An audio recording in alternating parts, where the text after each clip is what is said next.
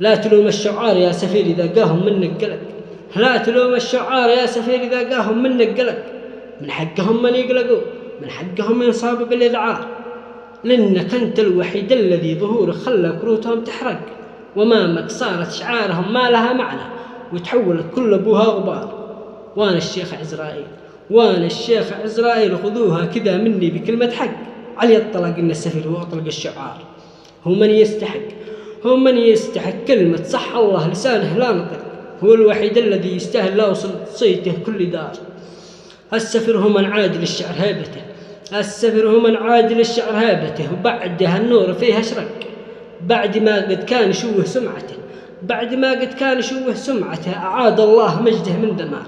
من يناطح له في الشعر السفير فهذا غبي أحمق، أبنصحه بعد النطاح يلبس عباية ولا خمار، أبنصحه بعد النطاح يلبس عباية ولا خمار.